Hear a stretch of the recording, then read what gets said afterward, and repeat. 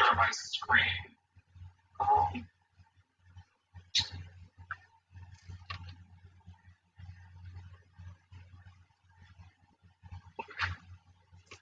Sorry, one sec.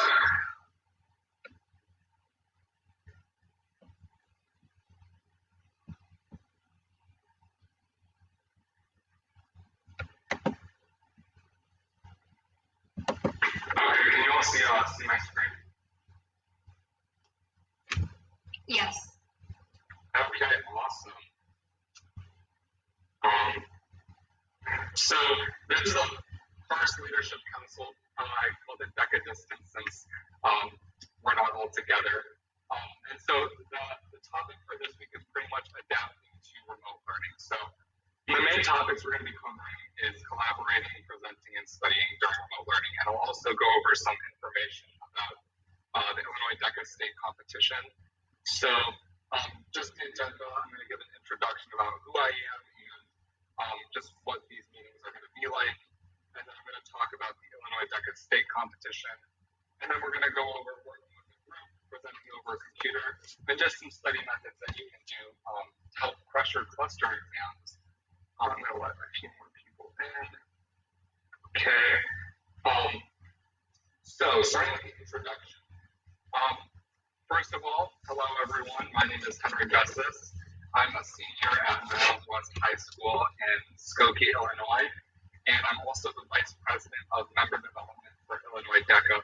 So my role for that means that I'm going to be giving these leadership councils pretty much once every other week that will teach you guys some skills that can help you succeed in professional settings like a DECA competition. There's going to be a wide variety of topics. So I know that our next one is going to be a business panel, and then we're going to have some trivia stuff, and there might be practice role plays. So yeah, it's just going to be fun, a ton of different topics.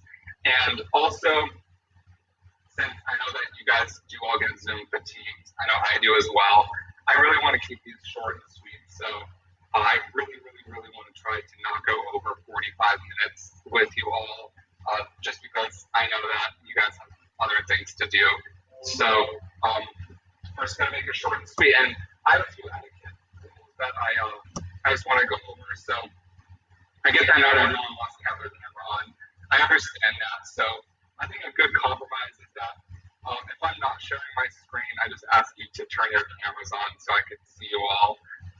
Also, don't be afraid to ask questions. And if you can't hear me or just want me to repeat something, feel more than free to let me know. I promise I don't bite, and it's practical. So how is state going to work? In essence, there's going to be one event per person or team per chapter. So this means that people can either do a role play or a written project, but unfortunately, you're only able to do one event. Also, multiple people from the same chapter aren't able to compete in the same event unless they're a team. So say that me and someone else from my chapter both wanted to do an accounting application series role play, and I was able to get that role play. But my other friend wouldn't be able to do that role play, but then I also wouldn't be able to do like a written project, like project management. So I know that may be a little confusing. So are there any questions about that? No. Awesome. There's still going to be cluster exams, and also nationals is still scheduled, but obviously as COVID develops, that can change, and we'll find out more information as that deadline approaches. And so I'm going to go over a timeline now, just about some of like the general outline for DECA State. So in late January, there's going to be the cluster testing for everyone. And then also, if you did a written project, you're going to upload that written portion. Sorry about my dog barking in the background. He doesn't know I'm presenting, so he's being very rude. In early mid-February is when you're going to upload your written presentations if you did a written project. And then also, if you're doing a role play, you're going to upload your role play. And then lastly, in early March, there's going to be the opening session and the grand awards session. So yeah, I know that DECA State, everything's kind of pushed forward a little this year, but I mean, overall, I'm just really thankful that we're still able to put on a competition since that's one of the key aspects of DECA. So now I'm going to go over working with the group remotely. So you can see the vendors here, they're great in person, but even they have to talk over Zoom, which really sucks. But I mean, there's not really anything we can do about it except stay safe. So I'm going to just read this quote by Andrew Carnegie because I think it really encapsulates the idea of teamwork pretty well. Teamwork is the ability to work together toward a common vision, the ability to direct individual accomplishments toward organizational objectives. It's the fuel that allows common people to attain uncommon results. So I really like this quote because it shows the power of teamwork. If you're working alone and you have a huge goal, it might seem daunting to try to accomplish that goal by yourself. But when you have a team, you're able to work together and build off of each other, and it really lets you do extraordinary things. So I have 4 steps for group collaboration online. My first one is get to know your team. So what are they like? What are their strengths and weaknesses? Next, you're going to want to establish what it is your group is trying to accomplish. And then after you figure that out, you're going to assign work and the roles for your group as well as deadlines. And finally, you're going to want to routinely check in to make sure that you guys are on track to finish your goal. So a quick note. There's a distinction between short-term and long-term projects with regards to these 4 steps. So I would say a short-term project is anything that's like less than a week, or maybe it's just like a class period or 2. So if it's a short-term project, I would recommend only really focusing on steps 2 and 3. Maybe briefly touch on 1 just so that you're able to effectively allocate like which tasks go to the people with those respective strengths. But you really only need to worry about figuring out what you want to accomplish and the roles and the deadlines for that. For more long-term projects, you're really going to want to make sure that you do all steps 1 through 4. If somebody in your team misses a step, it might make it so that your team doesn't effectively allocate the duties and the work adequately. So with that, we're going to start with getting to know your team. How can you be successful if you barely know the people that your success depends on? I know for me specifically, I really like to know who I'm working with and just know them as people and not people that I'm collaborating with to get a goal done. There's projects that I've done that obviously aren't super interesting, and it might be on a topic that I don't think is that fun. So with that, it's really essential for me to know my group because then I'm able to be friendly with them and try to make this project a fun thing, even if it's something that typically isn't. So there's a lot of ways that you can hang out with your team, especially in online settings, and it's just a way to get to know them. So I recommend Snapchat or House Party or Zoom, and likewise, if someone's an extrovert, maybe you should give them a role where they're presenting. So by knowing each member's strength and weakness, you're able to effectively allocate who in your team is going to do what, so that you guys finish the work and do it in the highest quality possible. And one way that you can figure this out is through this red, green, blue, yellow activity. Are you guys able to see my screen? I went to another tab, but I'll just put it in the chat. So I'm putting a link to article in chat, and if you guys click on that right now, it brings you to an article called "Are you a red, blue, green, or yellow person?" So pretty much what this activity is, it simplifies people into 4 different colors, and each color is a different personality type. So you can see that reds are strong leaders, blues are deep thinkers, greens are cool, laid back, relaxed, and patient, and yellows are the life and soul of the party. By being able to figure out which color each of your team members are, it helps you get to know them in like a quick snapshot. These colors, you can do more research on them, but each color has strengths and weaknesses, and there's recommendations on who reds are good working with and what roles work best with reds and blues. So by doing this activity, I recommend it because it helps just know your team on a snapshot, and you're able to effectively allocate those tasks. And with that said, I have a question for everyone. So look at the article for a minute or so, and I'm going to call in a volunteer to ask them which color they think they are and why they think that. And also, it's more than fine if you think that you're a mix of colors. Sorry, I have to let someone in. I know that for me, sometimes it even just depends on the day which color I feel like I am. So yeah, spend a minute or 2 going over that, and then I will it's here. So I'll shut up for a minute.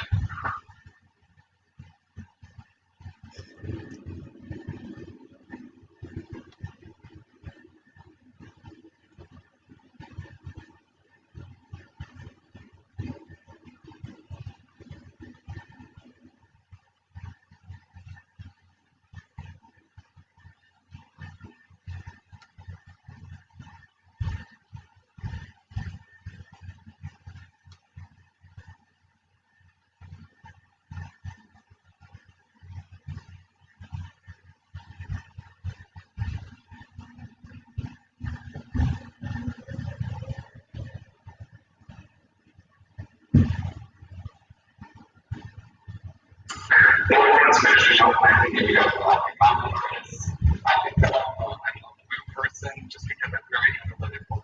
I like knowing why things work the way they do. So like I'm watching a movie, I like seeing a certain shot, how that shot contributes to the thesis of the movie or certain themes of the movie.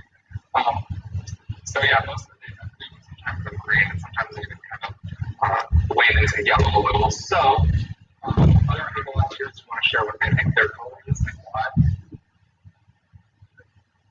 Yes, Nicholas.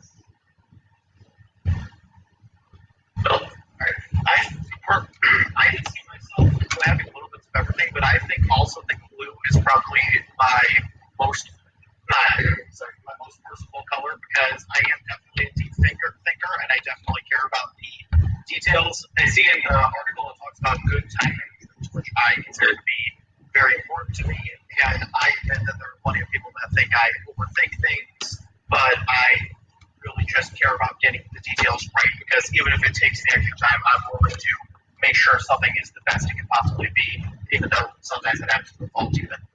As a fellow blue, I totally see that.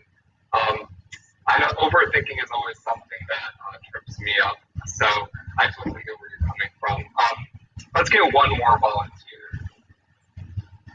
Hi, I'm Elizabeth, and for me, I think I'm more red with a little bit of blue when I have too much on my plate or when I'm stressed out.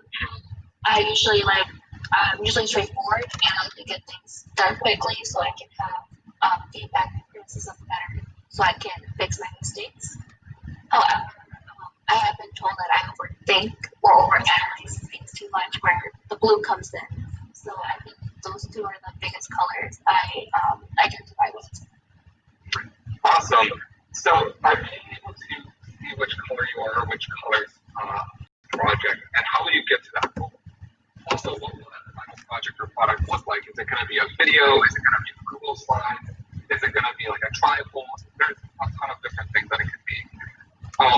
When you first find out what that goal is, I know it might seem a little daunting. I know that for written events, seeing a number on a 20-page paper it seems almost impossible when you first look at it. So what I like to do, and what's pretty essential when I'm collaborating with people, is to break down this goal into more bite-sized goals.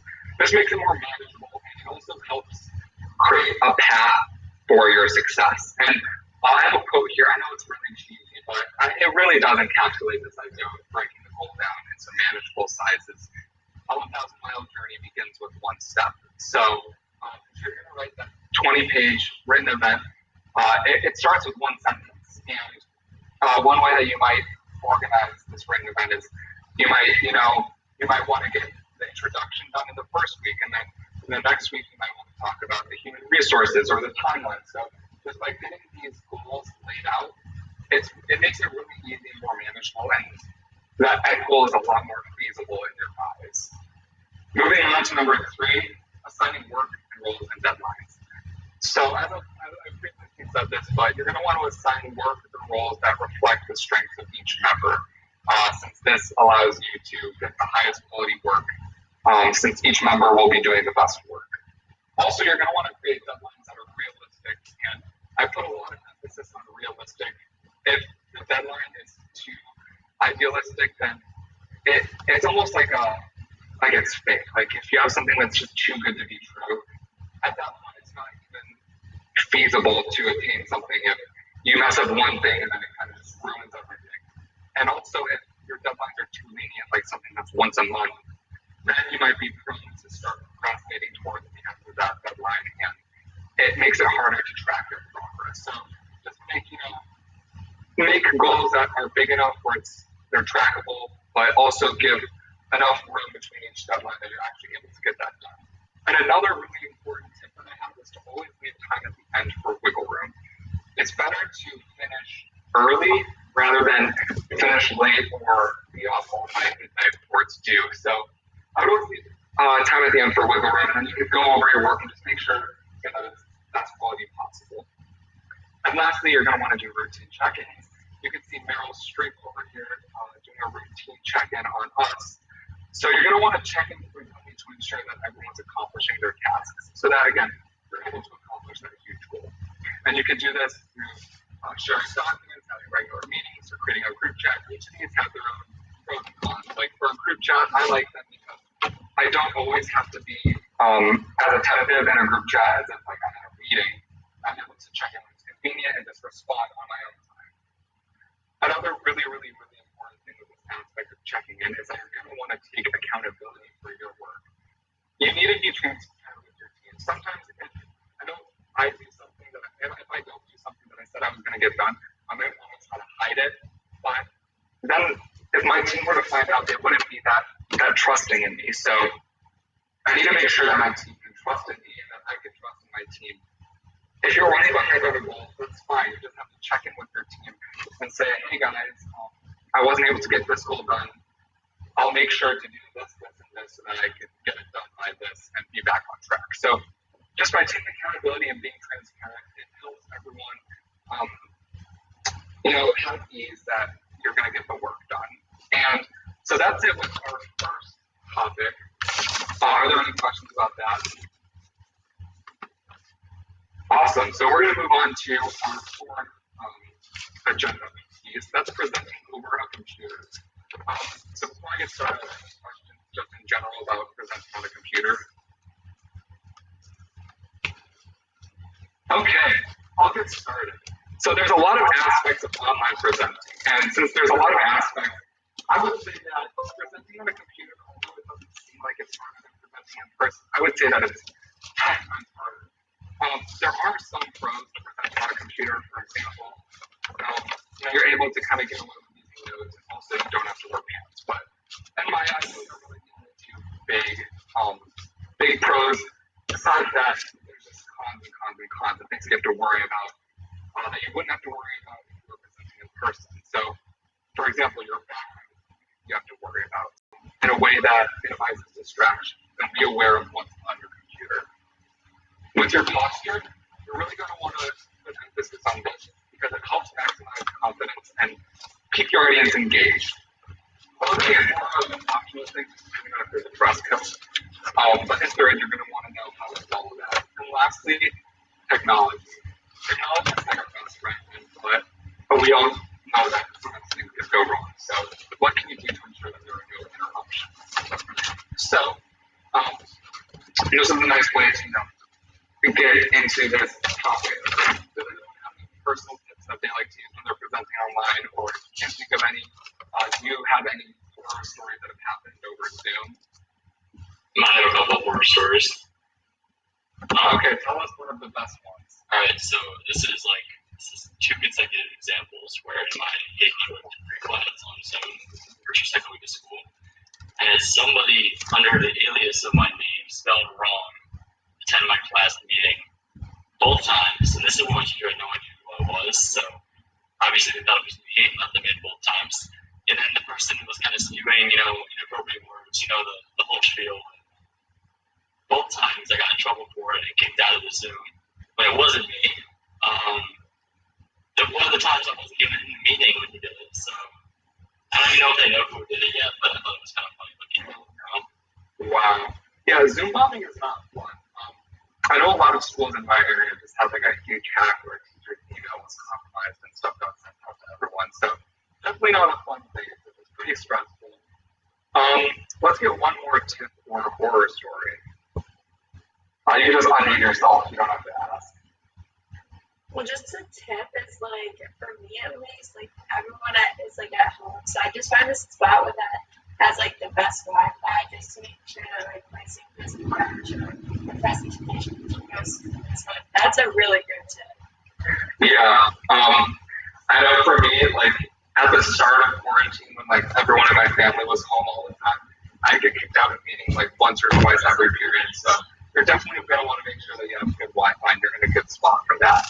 I could give a quick horror story about Zoom. For me, it doesn't have to do with presenting, but around early May, when like AP tests were rolling around, I had to do a final over Zoom, and it was a rhetorical analysis. It was time, super stressful, and so my shower was right next to my room, and my sister was home from college, and she's like a huge Broadway freak, so she was showering and literally singing like Broadway songs like at the top of her lungs. And I'm trying to read like this passage about child labor and figure out the message and how the author like makes that message, and I just can't concentrate because I just hear these like Broadway songs like blasting in my head, and I literally had to like yell at her 3 different times, and every time I yelled at her, she would like turn her off like her music and then start singing or stop singing and turn on her music. So yeah, there's a lot of interruptions and horror stories that have happened to all of us. And so I'm going to teach you guys some of those tips for how to prevent those horror stories from happening. So the first thing, your background. You're going to want to make sure that you know what's visible in your background. So you're going to want a clean room. Just make sure that there's nothing embarrassing. Also, this one seems a little stupid, but I promise you it's important. If your bed's visible, make sure that it's made. I know you guys are like, Henry, who cares if your bed is made? I have an example for you all. If you look down here at this picture of Charlie Booth, around, I think it was April, there was that Global Citizen One World United online concert where a ton of celebrities just sang songs to raise money for COVID-19 awareness and donations. And so Charlie Booth, he said he did a good job, but he trended on Twitter afterwards literally because his bed wasn't made. Not because of his performance, literally just because people were making fun of him because his bed wasn't made. So if you're going to say, Henry, I don't know if people would really notice, people will notice you could get made fun of for it. So just make sure you avoid that. And I mean, it looks unprofessional. Like the bed's not done, there's clothes on it. You just want to make your bed. I made my bed specifically for this presentation, so you're welcome. And also, I know that some people don't like people seeing, what's behind them. So what's great about that is that Google Meets and Zoom both have virtual backgrounds. So if you don't want people seeing what's behind you, just put on a virtual background. Voila. And that's Nicki Minaj. I'm sure she's looking at that picture of Charlie Booth. I'm sure she's horrified that his bed isn't made. Moving on to lighting. You're able to see my facial expressions better. It's not too bright where like you see like every pore on my face here, which is so to get good lighting, it's kind of difficult once you figure out how to like the best lighting. Then it's simple. So my number one tip is don't sit with an open window behind you, and you can see why in that top picture. However, if you are able to position yourself so that there's light from an open window shining onto your face, that's a really good way to get that good natural light. So soft natural lighting is what you want shining on your face during meetings. So I have a light right behind me, but I know that you can literally go on Amazon and look up like a ring light if you can't find good lighting. It's like $20 or something, and it really helps just illuminate your face, make sure that you're visible, to ensure that your audience can see you and stay engaged with your presentation. Moving on to computer screens, this one is more of just me being nitpicky, but I think it's still very important. So when you're screen sharing, you want to make sure that you're aware of what's visible in your screen. So if you have a weird background or if you have folders with personal information in it, you want to make sure that you're aware of that so that if you don't want people seeing that, you know that you can just like put it in like a different folder or just work with your tabs to ensure that. And one way that I like to do this is by creating a separate window for when I'm presenting. So you can see there's a difference between the top and the bottom picture. In the top screen, it looks very cluttered and it just doesn't look as professional. Also, it might distract your audience. I know that my teacher has tabs open. I'm always looking at them if I get distracted, just seeing what else they're looking at. But I mean, you guys, I'm sure me looking at Google English supplemental essays isn't that exciting. So one way that I like to mitigate this is just by creating a separate tab with just that information that you're going to need for the presentation. So right now, and my tab that's open right now, I just have my email so I can respond to things about the Leadership Council as well as Google Calendars, updated Google Meets, and then that red, blue, green, yellow article in the slide, and the Google Sheets with all the emails in it. So it's just a simple way to really look more professional and put together when you're presenting online. Also, this is a really, really, really important thing. It's your posture. So in-person posture is important. Online, it's 10 times as important. Make sure that you don't slouch, because if you slouch online, it'll bore your audience. Already online, we really have to fight for the attention of our audience since there's a lot more distractions. I know that if my teacher is talking about something that isn't that engaging and they don't have that good of a posture, without even realizing, like, I'll pull out my phone and I'll start just like scrolling through Twitter and TikTok without even realizing. At that point, my teacher has lost my attention because they weren't able to keep me focused and engaged. Also, with your posture, you're going to want to make sure that if you're nervous, you don't sway back and forth. Also, I know that sometimes if I'm nervous, I'm in a rolly chair right now, so if I'm nervous, I might just roll around and try to do like something to kind of fidget with. You're going to really want to make sure that you try to minimize that as much as possible, because it makes your audience kind of seasick. When I'm watching someone present, I don't want to have to try to like track them. I just want to be able to keep my eyes on them and watch them. And a good posture is, just a standing up, shoulders pushed back, and it looks natural. And you look at that picture on the right, and if you presenting online, I can guarantee you that no one's paying attention. So moving on to clothing, I need a quick drink of water, 1 sec.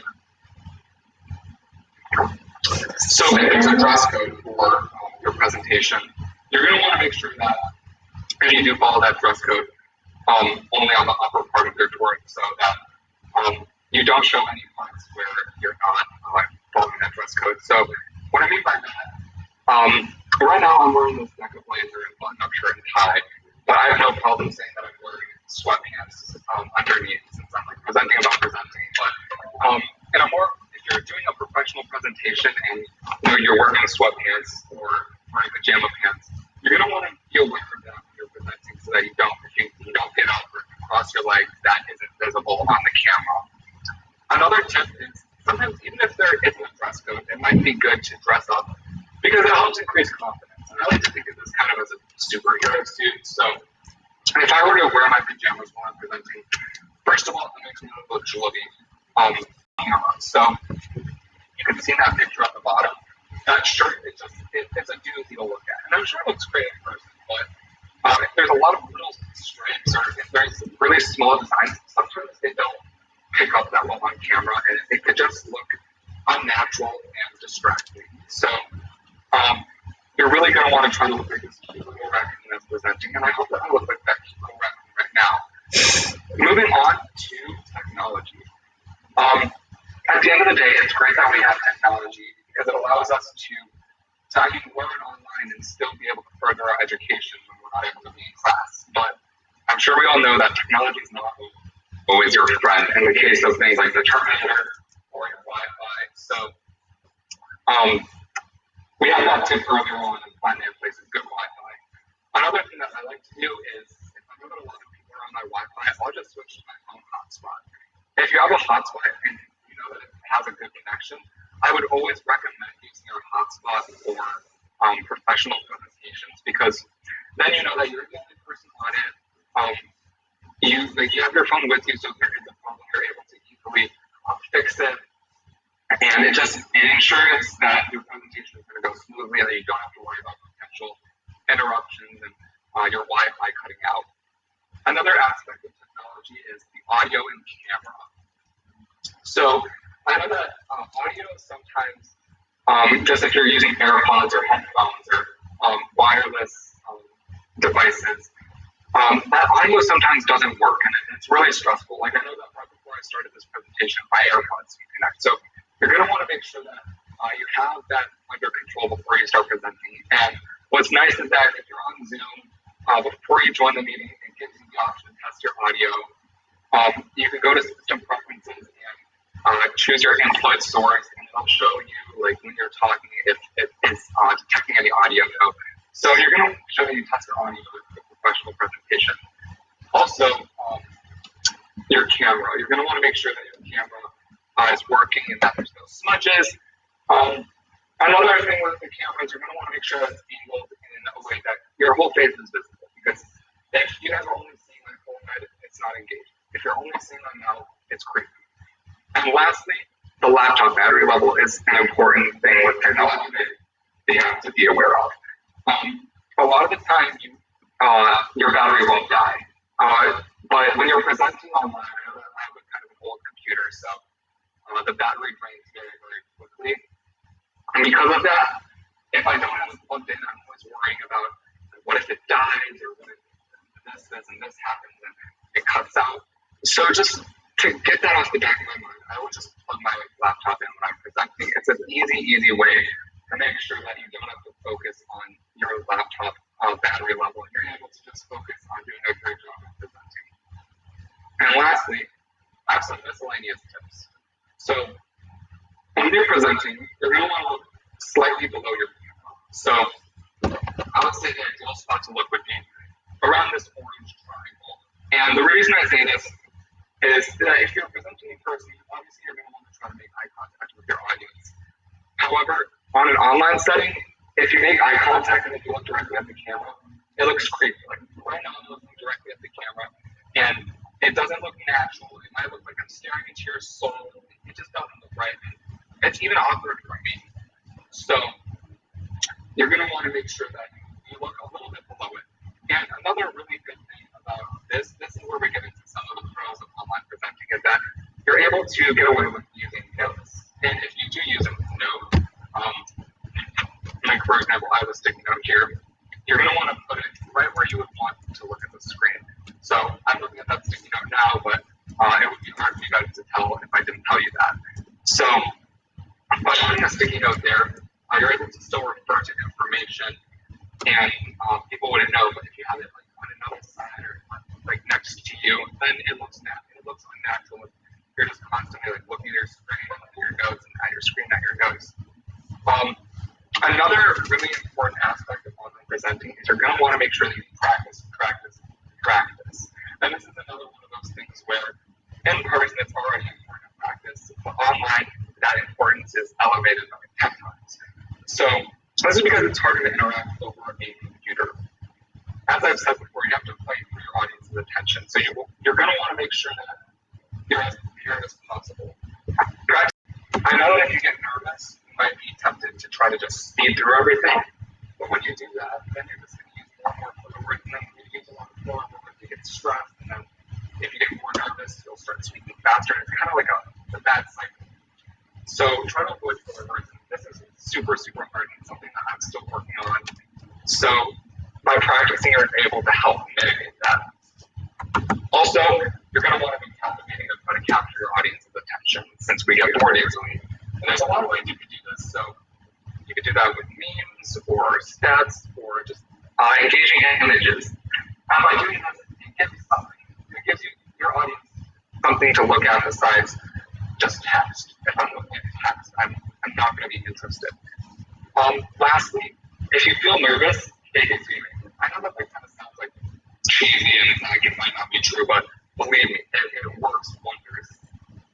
If you feel nervous about something, but you're able to put that behind you and just pretend to put on a confident face, your audience will be able to tell that you're nervous. And if your audience thinks that you're confident, then you're confident, and it just really helps to keep your presentation going and keep everyone engaged.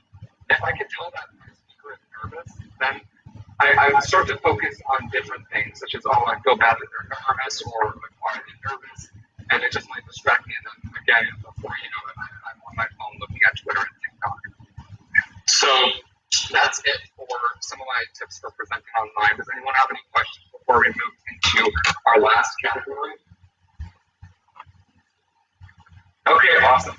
This category is a lot shorter than that last one, so I promise we'll be done in probably less than 5 minutes. So these are going to be some study methods to crush your cluster exams or role plays or tests. So, sorry, one second. If you take one thing out of this category, it's this. You're going to want to work smarter, not harder. I'm going to say that again because I think it's that important. Work smarter, not harder. I can't tell you all how many times in my class group chats I see someone talking about how I studied for hours for this exam and they still get a C. And they might not be studying in a smart way. If you're just studying and just reading, like if you're reading every page of a history book to study for a history exam, it might not be as smart as finding a Quizlet or reading over your notes or finding a review video. So by working smarter, you're able to save time and use that time for other things. And B, you're able to find more quality information. One way that I like to do that is with Quizlet and by utilizing online resources. Quizlet is literally like my BFF. I love it. And this is because there's millions and millions and millions of Quizlets out there that have all the information that you need for DECA clustering and role plays and tests and all coursework. And the research is done for you. So you're literally just able to find a Quizlet and then just study from that. And one of the great things about Quizlet is that then you find a really good Quizlet, but it has information that you don't need. You can make a copy and then just get rid of the information you don't need. Or if you find a Quizlet that has almost all the information you need, you could use that Quizlet and then add more cards onto it by making a copy so that you literally have all the information you need and you have to put in minimal work to make that Quizlet. I use this literally with every DECA event I do, and it works wonders.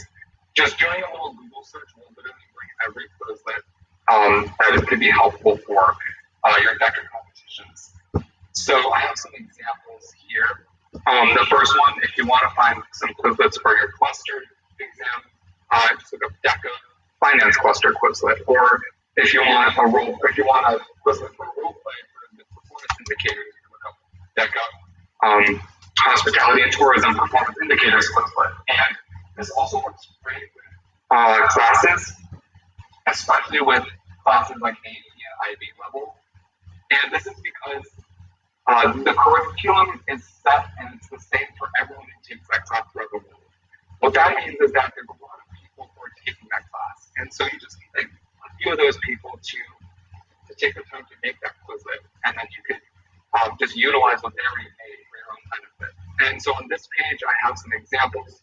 So these top two images, I just looked up DECA Entrepreneurship Performance Indicators Quizlet. I clicked on literally the first result, and if you look at the right, this is what came up. A Quizlet was literally 240 times. All the performance indicators that I would need to know for hard to see on that picture, but at the very bottom, the first thing that comes up is literally to a Quizlet. So Quizlet's your BFF, and I use it for everything, and I'm able to not study for that long, but study in a really smart way. As a result, I'm able to do really well on tests and role plays and cluster exams. And with that, I am done with this presentation and sharing all of these tips with adapting to remote learning. Some more info, it's National Princess Day, if anyone's interested. Also, it's Mickey Mouse's birthday, so I don't know, wishing my happy birthday or something. And thank you guys all so much for coming. This was the first Leadership Council, and I'm really glad that we had such a good turnout. If you have any questions, you can follow us at Illinois DECA on Instagram. Also, you can email me hgussis@gmail.com or DM Instagram with any questions. Since this was the first event, if you guys have any feedback or suggestions, just feel free to email me so that I can really improve it for future presentations. But with that, I am done presenting, and I hope that you guys all learned something and had a good time. We went 5 minutes over, so I hope that nobody minds. But thank you all so much. I get that again. Sometimes it takes a lot to do Zoom after Zoom. So I really appreciate that you all took time out of your day to see this presentation, and I hope that you gained some valuable information out of it. So have a amazing day, everyone, and I hope to see you all at the next meeting. Adios. Thank you, Henry. Thank you.